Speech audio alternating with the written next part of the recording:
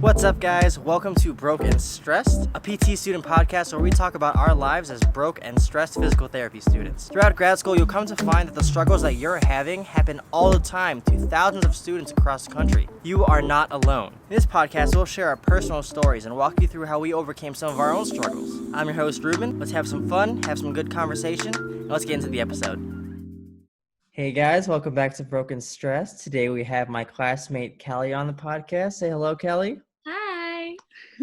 So like I said, Kelly is my classmate. We are, fingers crossed, going to be graduating together in May 2021 if nothing else bad happens. So I'm very excited about that.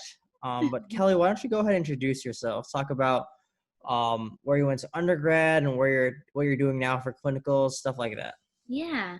My name is Kelly. I'm from Chicago. I went to College of DuPage for 2 years, and then I went to University of Tampa down in Florida, where I graduated for undergrad. My last clinical was outpatient ortho, and currently I am in a school-based pediatric setting, so that's fun. Nice. And wait, did you say what your last one was? Oh, it was at DuPage Medical Group. Okay, how was that? It was good. It was chaotic with COVID and everything, but I liked it overall. Nice. Yeah. Do you miss school? No. No, yeah. Okay, cool. We were just talking about this before we started hitting record, but we're saying how much we like clinicals way more than school. School is such a drag sometimes, guys. Everyone that's listening is probably a student, but yeah, guys, it gets better when you get into clinicals because you're finally actually doing things and you're not sitting in class for 6 hours a day. Seriously. Learning about how much you need to move your body for your health as you sit. As you sit down and don't move your body. But speaking about school, Kelly, why don't you share an embarrassing story from PT school? I've been thinking of this, and I have the one. It was second semester. We're sitting waiting for our test results for kinesiology, or we just got our test results. And it's like the one time my professor decides to put the highest and the lowest score on. And I'm sitting there and I'm looking at that lowest score and I'm like, yep, that's mine. That is for sure mine. And then you got the highest. He's like, so proud, 98. You guys crushed it. Some of you need work. And I was like, you know what? Just say my name. Just say, I'm in the front row. Say my name. Oh my gosh. Yeah, that I was like, I know no one knows it's me, but I know it's me. Mm-hmm. Oh my gosh, that is really stressful when they put that on there like that. And that's the only time he ever did it. And I was like, just a little extra stress for me, I guess. Yeah, honestly, that is a kind of embarrassing. Oh my gosh. I'm sure that motivated you to study some more afterwards. Yeah, right? That class was hard. That was a hard semester for me. Mm-hmm. Oh yeah, we didn't vibe. Yeah, that semester was probably easily our hardest semester. Yeah, for sure. Because we were taking like what, 6 classes? 6 hard classes. Mm-hmm. Oh, man. And it was in winter. Yes. I do not miss school, guys. Just get through the school and then start your clinicals. It'll be smooth sailing from there. Seriously. Yeah, let's talk about what your experience was like going to school, because you were a commuter. Yeah. And I was fortunate enough to have lived in the area, so I was only like a couple bus rides away, but you had to like take a train and then wake up way early in the morning. So what was that like? It was interesting, all right. When I started college, I knew I wanted to go to PT school, and so I wanted to save as much money as I could, and so I knew living at home was an option for me, which I was very grateful for. But commuting was a pain. From the time I left my door to the time I got into our building was just about 2 hours on the dot. So 4 hours of my day there and back were spent commuting. I would leave my house, drive to the train station, take the train into the city, and then wait for a bus and catch a bus to our class. So mornings I was pretty motivated and I could get work done on the train. There's no way you could get stuff done on the bus. There's just no way. And then on the way back, I would commute with Kaylee, another classmate of ours, and she was on it. I swear, every single train she was working hard, and I'd take a nap. So I couldn't do it after that day. But it was definitely harder in the winter when it's dark when you're waking up and it's dark when you're leaving school. And I felt like sometimes I missed out. I wouldn't hang out as much with everyone downtown because I'm like, I really just want to be in my bed. I've been in downtown all day. And yeah, it was something all right. I mean, everyone was so generous in our class. Everyone offered up their place. And I would stay at two friends of ours a couple times, probably maybe once a week, if that. But I mean, I love my bed. I would travel hundreds of miles to sleep in my bed at night. But yeah, commuting it's a serious commitment for PT school. So when you decided to just live at home, did you consider like moving or like finding an apartment in the city or? No, I never considered it. I wanted to go to this school because it was my cheapest option, and then the train, I mean, I live close to the train station in my town, and I commute in the mornings with my dad, so I have a buddy in the mornings. But I wanted to save as much money, and as expensive as train tickets get, like $200, it's cheaper than rent. So yeah. That is true. That is so true. And looking back, would you have stuck with just commuting, or would you ever considered getting an apartment if you were to do it all over again? Yeah, that's hard because I accidentally looked at my loans the other day and I'm like, well, that's a lot. So what was a couple, whatever, 100 more a month? But I mean, I felt like it gave me a routine that I needed, but at the same time, I didn't have a social life outside of school. You guys are my social life because I mean, you get home and you study and you sleep, and I was just a monster at home. So Do you feel like that commuting time really deterred from your potential, like in studying? Like how you think you could have done better if you didn't have that time to commute? there's a lot of things that I feel like going. I definitely feel like I didn't push myself, but I think like I don't know. I think it's just PT school in general, and we all talk about this a lot, but like your mental health is like it plays tricks with you, It's so hard Mm-hmm. to get yourself to be motivated. You're like, I know I have to do this and this and this. And all I want to do is sleep and not do it. But yeah, I think like, I mean, you guys would all just walk to the library and get your stuff done. And I'm like, oh, I got to go home, and then I'll pack my bag, and then I'll go to the library, and then I'll go home. And I can't pull all nighter. So that really screwed me over too. But yeah, definitely. Yeah. How often were you sleeping over at people's places? Um, at the beginning, I never did. Um, I'm trying to think. Probably like once we got in the routine, especially with the second year, maybe once a week, maybe twice a week sometimes. Um, just on like days we had tests or days that, we had to practice something for lab or something ran late. And so even those nights were hard though, because it's like a sleepover. It's fun and you study and then you go home and you say you're going to study more and then you don't study like you wanted to. Yeah. So, but I was very appreciative of all the times I got to stay. Mm-hmm.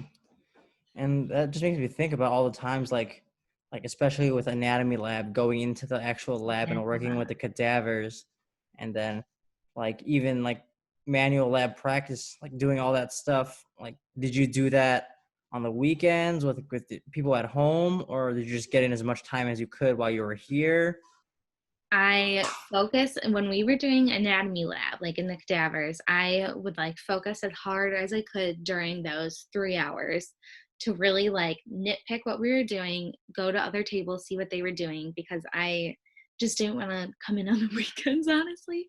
And then like I would stay for maybe one or two after. And then with manual labs, I would do it all on my family members, which I feel like help because, you do it with your classmate and you know exactly what they're looking for and like kind of how to position yourself. And let me tell you, my parents are ideal patients to practice on because can't relax, everything hurts. So they really helped out in that sense. So I was like, there's good and bad to it. Yeah, definitely. And then so did you ever come in on the weekends? Very rarely. I think maybe like first semester, you wanted to do as much as you could. Mm-hmm. And then I realized I can find other ways to get this time in for myself, because commuting on the weekend was a pain too. So like I had this like cadaver book from undergrad of pictures, and I would just really focus on what I could at home. And then once I was in class, I like gave it my all. Yeah. And then did you ever go to like review sessions or like review labs? Oh gosh, I think I went to maybe two, honestly, Mm-hmm. at the beginning. And I think I was a little intimidated too by like how much some people were knowing in those reviews. So I'm a lone studier. Like I do really well alone because I panic that other people know more than I do. So it kind of worked out. I guess it worked out that I commute and I could stay home because I like studying alone. But funny enough, when we were second years, I did like all the review sessions for the first years. So I stayed more for them than I did for myself. So how important would you say time management is being a commuter and like balancing the commuting aspect of it and just studying and balancing your own mental health? How important is it for you to be on top of your shit and just be good with your time management? Yeah, it's really important. I'm very type A. I like managing my time like I'm always early. It's just a habit of mine, and it's really important because even like when you get home, it's easy to be like, I'm home, I'm in my safe place, I don't want to study. You really have to push yourself. And even when you don't want to study on the train, I would just tell myself, just do 10 minutes, review one page, and then you can take a break, or kind of just prioritizing your time. But then like you said, I really had to be like, okay, I had a horrible day today. Looking at this slide 10 times isn't going to do anything. I'm just going to listen to a podcast or listen to some music or watch a show on Netflix for the rest of the way home. And then I'll try and get some coffee in me and go to the library and try again. It definitely became a balance of like really having to listen to your body of like, I need a break, or we can push this a little more. And what do you think? So I'm sure you got better. I'm sure it was hard at first, adjusting to the commuting and to the studying. What are some tips that you have for anyone that's considering going to PT school, but they're going to have to commute? What are some general tips that you have for them to make sure that they succeed so that they can get their time management down, just like you did? Yeah, definitely time management skills are huge. I took an earlier train than I needed to so that I would get to class about 30 minutes early, because for me, I would panic that what if a train was late or what if something happened? And that way, when I got to class, I could kind of just settle in and kind of get into school mode. Try and find as many student deals as you can. For the ones in Chicago, they only have high school student discounts, which stinks. But um, yeah, definitely give yourself some leeway, and maybe once in a while stay and study, or stay and go out with friends after class, because I can't tell you how many times I ran out of class because on my app I saw that a bus was 2 minutes away, and I'm like, I'm catching that, I'm getting out of here. And sometimes I wish I kind of just stayed and relaxed, because I kind of felt like I was on edge all the time. So manage your time, but give yourself some leeway. Like, what's the difference between getting home at 5 and 6? It's not that big of a difference when it comes down to it. So really manage your time. Don't get frustrated at buses. Don't run after buses. They're not worth it. You could get your cardio in another way. The amount of times I looked like a lunatic running after a bus was ridiculous. And make friends on your commute, because one of my best friends in the program, we were on the same commute. And so it was so nice getting to do that with her. And I feel like we got close because we had to spend these extra 4 hours together commuting. So there's always positives to it. Plus, you're saving money. So kudos to you. Yeah, that's so cute how your guys' friendship blossomed through your commuting. Oh I my know. God. I'm very lucky. Yeah. When you were also considering commuting, did you ever consider like driving down to the city as Mhm. opposed to taking the train? Yes, but I can be quite a hothead when I drive for Oh like long no. periods of time. And I'm like, I don't want to stress myself out by like if I don't have to drive that often, I'm fine. Like right now I'm doing fine, but you're like, I got class in this long and I gotta drive with all these people and traffic to Chicago stinks. And I figured I could do more work or like watch a show if I took the train. So I know there's a decent amount and my commute probably would have been maybe shorter by like a half hour, 45 minutes, but for me it just wasn't worth it. Yeah, definitely. Man, kudos to you for going through that for 2 years because I don't know. I'm the type of person where I like if I'm on like a train for some reason, I just instantly fall asleep. So I could not have Oh ever yeah. gotten any work done. A lot of coffee. Yeah. And So, those another tip, noise canceling headphones mhm. because the amount of loud people on trains is ridiculous. So noise canceling headphones are your best friend. Yeah, definitely. Now let's talk about how clinicals went for you this summer and how clinicals are going now. So you said you were, where were you again for the summer? DuPage Medical DuPage Group. Medical Group. Okay, is Yeah. that inpatient, outpatient? Outpatient orthopedic. Okay, and how is that? I liked it a lot. It was, beginning stages of people coming back from COVID. I started in June. Um, and I'm comfortable with outpatient because, like you, I worked in an outpatient ortho clinic for years before starting PT school, and so there's a spot in my heart for outpatient ortho, and I'm comfortable with implementing exercises, and I love talking to patients. But it was a little stressful, My CI, I loved her; she was amazing, but she had a lot going on, so I had a lot of independence, and it kind of freaked me out. And in a way, it's nice, You're like, okay, someone trusts me, that's great. But then, you're working on someone, you're like, I hope they're enjoying this. Like, I hope this is making them feel better. And my first patient I got to discharge from like start to finish, I was ecstatic. I was like, I did something right. If nothing else, I got one person to feel better. But she like got a lot of post-op rotator cuff repairs. And of course, shoulder was my least favorite when we were doing MSK. And so I'm like, oh, you know what? This is a sign. I'm going to get to know the shoulder really well. And that definitely helped boost my confidence. I saw like 80% shoulders. So it was good though. It was fast and stressful and fun. It was an all female clinic, which I love. So that was really fun energy. But yeah, I liked it a lot. It was fun. That's good. I'm really glad because yeah, going into it, I'm sure we were all kind of stressed. Like Yeah. going to that first clinical, I was like, damn, what do I like? We learned a shitload of information. Am But I what do I remember? Yeah, exactly. Do I remember anything? And can I actually use this with a real life person in front of me that is Right. hurting? So yeah, that was a stressful transition from student to like intern. Yeah. But yeah, I'm glad that it went well for you. What are some things that you wish you kind of knew back then that you know now? Like if you were to do it all over again, the first summer Oh. clinical. I wish I pushed myself to do evals faster. We didn't get a ton at the beginning.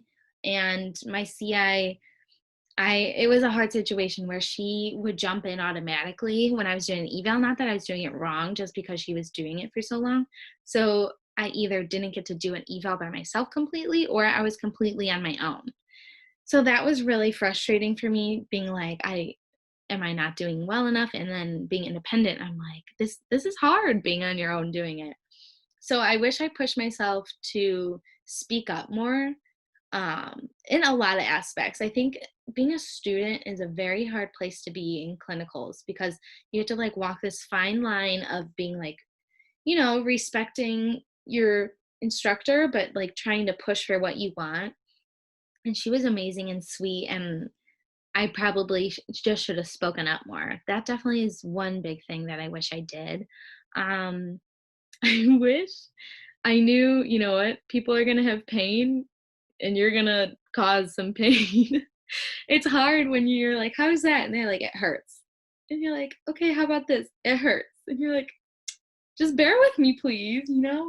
That was a big one. I was just like, I forget, we practice on each other and pain's not really an issue. And then you get to the clinics and that's a huge issue. And you're like, well, having them describe pain is huge. You're like, do you feel like this is making you worse or it's like a good hurt? Most of the time it was a good hurt. So that's a good response. Um, those are the two biggest things. I feel like I'm pretty passive and it's hard for me to kind of vocalize where I want to be and how I want to get there when I feel like these people are very experienced and they have a lot going on their plate and then we have COVID on top of it. I'm like, I just want to help. That's all I want to do is just help people take whatever load is on them off. And so sometimes it's hard to be like, this is my experience and I need to own it. Yeah, that is hard. And that's part of the job, really, is being an empath, being a sympath, and being able to be like, be there for your patient, even though they're in pain. Yeah. But there's the balance where if you're too empathetic and you like, every time they say, ow, you're like, oh my God, like we Oh have to God. stop. Yeah, we have to find a balance of like, this is going to help you. Mm-hmm. And, some stuff will hurt you. Some of this stuff is going to be a little bit rough for you to do. And I know I feel bad when I'm just like, is this treatment working? No. Is this treatment working? And then I just feel like shit because you're there to help them. And if you're not helping them, you're not doing the one job that you're supposed to be doing. So it's rough. And another thing you got to accept is sometimes you can't help all your patients. And that's a shitty reality of it. Yeah, totally. It's hard accepting that. And that was hard too. I'm like, you're not getting better. I don't know where to send you right now. Like that was a hard thing for me too, of like not knowing certain doctors of where to send them and how long to keep trying before giving up. Cause that's a hard thing to accept is defeat. Yeah, exactly. Because you take this job thinking that you're going to help every single person that you Mhm. come across, or at least try your best. But I guess one thing my CI told me, which is I'm still resonating with me a little bit, is like, hey, at least they're going to you. At least you're trying to help them. Yeah. They could And just be at home doing nothing. right. And that way they have like, I think the social interaction and just the positivity that a lot of PTs bring, I think can help patients even if they don't get the best results. Yeah, definitely. And Kelly, I brought you on today because you have such a bright personality, and I want to pick your brain and learn what techniques you use to help develop good patient relationships, good patient rapport, because that's honestly really key for a lot of the time for having these patients cooperate with you is just, do they trust you? Do they think Right. that you will help them? So what are some stuff you do to like help other than just being a lovely, bright personality like you are? My number one thing is you can always find something in common, even if it is someone you're like, ugh, this patient is so negative. They don't want to see me. They don't like me. My number one go-to is food. You talk about food with people and they're on board. I Yes, swear. That's my number one tip is food. But like that's the biggest thing for me is I'm still growing in my confidence and my skills, but I love interacting with people. So I feel like they brighten my day. I could brighten their day. I mean, the amount of like recommendations of restaurants and where to go and what to see from patients I get. And it's just so fun being able to check in on them, especially in like an outpatient orthopedic setting. You see them so often and for so long. Like you really, like my one patient moved and it was my last day and it was going to be her last day. And I was just like, look at how far we've come from the first day. And definitely you just got to be comfortable with them. It's going to be uncomfortable, learning how to like do some techniques and getting to know them, especially at first. But I think you just got to be open to trying different conversations because I've totally gotten those people where they're just not talkers. they Like, just don't want to talk. yeah, Yeah. that's hard. And sometimes I overtalk. Like, I'm a timer girl because when I'm like, okay, do 30 reps, and then I'm like, so how's your day? I couldn't keep track of that. But some people really just don't like to talk. And I try and just gauge that. I'm like, are they just shy and they would like to talk more? Because then I could just, tone it down a little bit. Or are they just cranky, don't want to be here? Do I do what I can to help them relax and get them out? But Yeah, go ahead. I was gonna say that definitely reminds me because I remember when I used to come work full time. I used to commute to work, and I used to take Uber a lot of the days because I'd wake up late.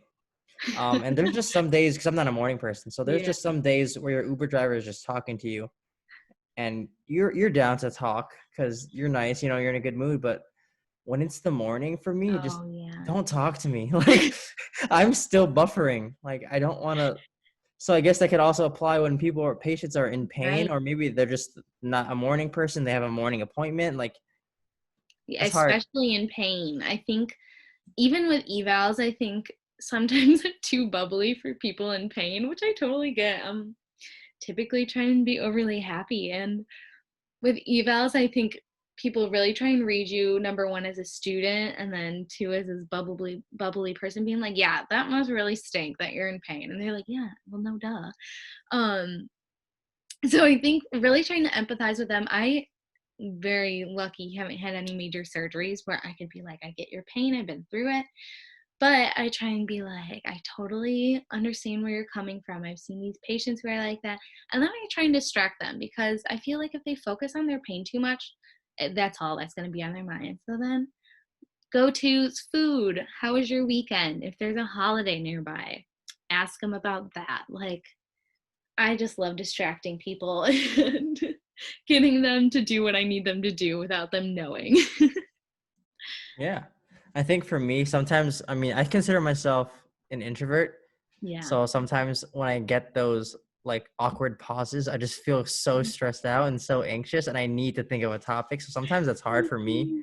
So I'm sure people listening to this might relate to that. So it's like, No, shoot, totally. it's like, oh, should I talk about food for the millionth time? Or It's or like you see the person like Tuesday, Wednesday, or even Tuesday, Thursday, you're like, I just asked you all these topics. And I think that's a good chance to get to know them. Like you can ask how their kids are doing if they have kids. I don't know. They love to hear about your life sometimes too, which is sometimes hard. You're like, did I just overshare talking about my dog for the 100th time? But I'm a morning person, so as the day goes on, I get like drained. So I always felt bad for my last couple patients where I have a headache, I'm ready to be done, but I feel like they just got off of work. That's when I really talk about food, actually, at the end of the day. But no, totally. And I think, I think there's a comfortable silence. I don't think there always needs to be conversation. And especially if you have a computer in front of you, they're working on their exercises or what they need to do. Sometimes it's okay to have that silence and just check in with them because, yeah, it's draining if you do that all day. I'm drained at the end of the day. I just can't stop. so Kelly, right now you were saying you are working at a school district in pediatric therapy. Yeah, I love So it. that's kind of a different ball game in terms of developing that patient rapport. So what have you found? What's been your experience been like? It's been really fun. I love this setting. A lot of the kids I have, they're either nonverbal or they have like talkers on their iPad, so they have to press the buttons. But with COVID, they're home. The parents understand them, so they don't have to use it a ton. So it's a lot of different communication styles, but I love it. One, what we were talking about with the pain, where you're like, oh, I feel so bad. These kids are such stinkers. Like they'll fake cry in you, and you're like, we gotta get this done, and then we can play on the iPad. And they have really tested that for me, but they've actually made me push them. I feel like you could kind of tell once you learn their personalities, which is huge, is learning their personalities and how much can I push on them because I got 4 exercises out of them? Can they do a fifth? Um, and then I have a couple kids who are deaf and hard of hearing. I have one little sweet girl who's blind. So it makes you really assess what you say because with a lot of the kids, I bribe them with videos or dances that we can do if they do like 2 exercises. With kids that are deaf and hard of hearing, I'm like, let's do a dance with our hands or, you know, caught up on some sign language terms for them. And the little girl who's blind, it's a lot of left and rights that have helped me learn mine even better. And then a lot of, verbal cues where we're reaching for the wall. And then we have and like trying to tell someone how to march and like help them demonstrate, especially COVID, we're trying to be far apart, which is really hard with kiddos like them. But I've loved communicating with them. And some kids just blabber on and you have no idea what they're saying, but you're like, yeah, absolutely. Okay, next exercise, let's do it. But it's so fun. You're just playing with kids all day and trying to talk to them. And for the most part, they are oddly so trusting. I mean, they'll just grab your hand and let's go down the hall. And I'm like, all right, I love the enthusiasm. Good thing we're in a school setting. And but they're so sweet and I love working with them. It's so fun. So what are some challenges that you've come across that you ran into with working with kids as opposed to working with adults in a outpatient ortho kind of setting? For it's specific to COVID too, is that I've been on Zoom for the first half of my clinical. So working with parents it's been cool because I don't think the parents get to see this side of therapy, but it's been hard too because this is their kid. They know them better than anyone, and you're trying to have them be a PT in a 20-minute session, and all the kid wants to do is hold their hand, and you're like, I get that, but we want independence, so let's hold their shoulders. And it's hard having to educate parents and trying to stay in your lane too. um Kids wise, now that they're coming back to school, they can run fast, let me tell you. Like, having to keep an eye on them, like, I didn't think I'd use a gait belt as much as I did in a pediatric setting, but oh my gosh, can they run? And if they feel like you're giving a little bit of assistance, they'll totally lean into you. They're like, oh, you'll do it for me, you'll help me with it. And it is hard. You're like, oh, I want to hold your hand because you're just so cute. But no, we're holding shoulders, we're holding gait belt, holding on to a handrail. Um, and I think like today I had a girl who did not want to do it at all. She sat at her desk staring at me, just saying no after no after no. And I'm like, I feel you at this point. But it's it's constant trying, like bribery almost. You're like, okay, what are we working towards? An iPad, a game, trying to figure out what they really want to do and what they're trying to communicate is helpful because it's easy to be like, oh, you don't want to do it, well, we have to, too bad. But trying to communicate, like, what is it that you really want to do? Can we incorporate that in PT? And if not, let's talk about it really fast. Like, we can do this after we do PT. Or a lot of patience has come out of this job. They're cute, but they test your patience. Man, that sounds difficult. I don't think, kudos to you. Don't think I'd be able to handle that. I don't think I have that much patience. And another factor that you mentioned is like, you not only have to develop a rapport with the patient, the kid, but the parent too. Yeah. Like, does the parent trust you enough to be the person that's gonna like work on my child and help them get better? Right. And I have an amazing CI. She's incredible. And I think the parents know that. So they're like, if she trusts her, I guess we better trust her. There's not been a parent who hasn't, like, no one said no to me helping out and then starting treatment with them. Um, there have been a couple parents who don't like Zoom, and so we say we get fired from PT because, and that's hard to hear when you're trying so hard and trying all this stuff, and their parents are like, "Oh, I don't think it's working." And you're like, "Let us keep trying," but it's a hard time, and it's lucky that I get to be this close with parents because otherwise you just see them at meetings and stuff. And I mean, there are some incredible parents who I say should go to PT school if they have the free time. They're incredible with their kids, but I give them a lot of props because it is a tough challenge they've been given. Yeah, absolutely.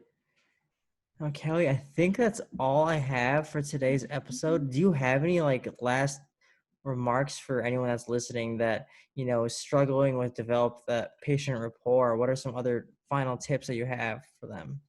I say just be you and figure out your strengths with people because people could tell when you're comfortable, and there's nothing better that you can be that's just comfortable with yourself to try and be comfortable with other people, you know? If you're awkward, be awkward. I mean, the amount of weird things I've said and people just go with it. So just be yourself and people will love you. Yeah, great tip. Now, Kelly, thank you for hopping on the podcast. I'm glad we were Yeah, able to do this. me too. I loved it. I learned a lot about working with kids and what it was like to commute. So thank you again. Oh, thank you, Ruben. And thank you to everyone that's listening, guys. And we will see you in the next episode. Love y'all. Bye. Thanks, guys, for tuning in to today's episode of Broke and Stressed. If you enjoyed the podcast, make sure to smash that follow or subscribe button to get notified whenever new episodes are released. If you want to connect with me on social media, you can find me on YouTube or Instagram. Thanks again, guys, for tuning in, and we'll see you next time.